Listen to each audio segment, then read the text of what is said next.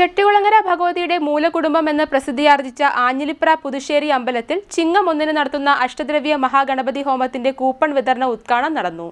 പുതുശ്ശേരി അമ്പലത്തിലെ മുൻ മേൽശാന്തി കല്ലമ്പള്ളിൽ മഠം വാമനൻ നമ്പൂതിരി ഉദ്ഘാടനം നിർവഹിച്ചു.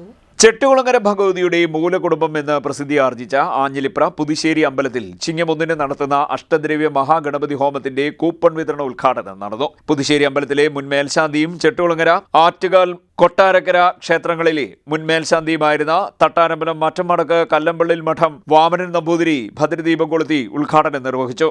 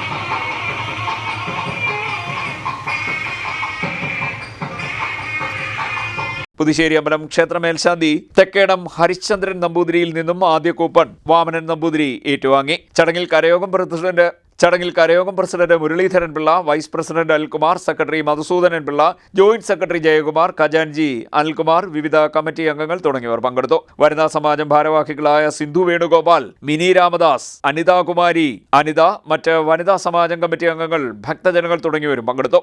CDNet news, Kayamkulam.